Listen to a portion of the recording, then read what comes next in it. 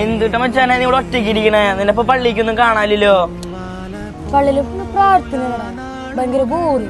അത് ശരി. പ്രാർത്ഥന കളിക്കാനും ചിരിക്കാനൊക്കെ കുറെ പരിപാടിയാണ്. ഞാൻ എന്തായാലും ഉറപ്പായി വരുന്നു.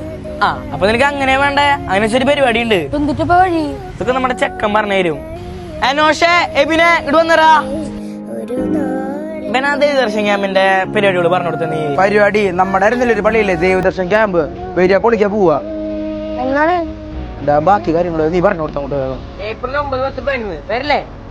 ആ ഇത് നീ വിചാരിച്ച പോലെ അല്ലാട്ടാ, നല്ല പരിപാടിയാ. ഞാൻ എല്ലാ കൊല്ലം പോവാറുണ്ട്. നമുക്ക് പോവാ. ഞാൻ വരടാ. വീട്ടിലൊറ്റ നല്ലത് പുതിയ കൂട്ടുകാർ കിട്ടുന്നല്ലേ.